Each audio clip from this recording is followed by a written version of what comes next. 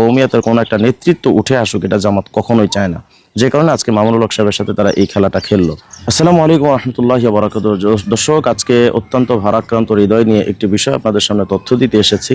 কিছুক্ষণ আগে আমরা আরিফ জব্বার কাসিমি ভাইয়ের ফেসবুক পেজ থেকে একটা তথ্য পেলাম, যেটা তিনি একটা নির্ভরযোগ্য সূত্রে শুনতে পেয়েছেন। সেটা হলো আমার উস্তাদ মুহতারাম মাওলানা মামুনুল হক দামাত বারাকাতুহু আলিয়া হজরতের আসন ঢাকা 13-তে এক নাটকীয় খেলা খেলেছে জামাত ইসলামী। তারা তাদের চিরাচরিত যে অভ্যাস মুনাফিকিরি তারা স্পষ্ট করেছে।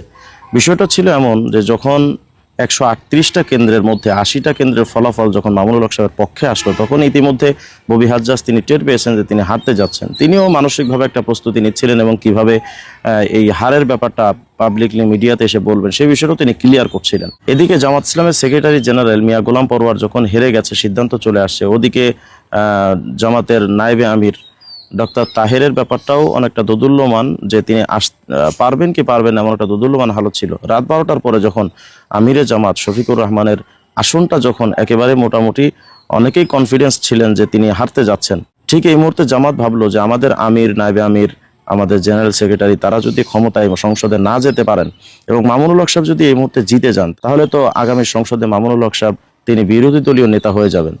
জামাত এটা কোনোভাবেই মেনে নিতে পারেনি।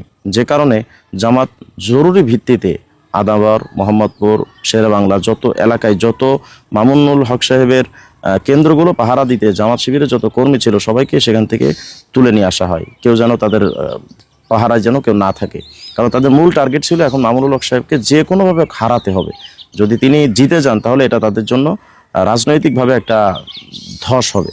যে কারণে তারা প্রত্যেকটা কেন্দ্র থেকে তাদের লোকজন উঠিয়ে নিয়ে আসে, কেন্দ্রগুলো ফাঁকা হয়ে যায়।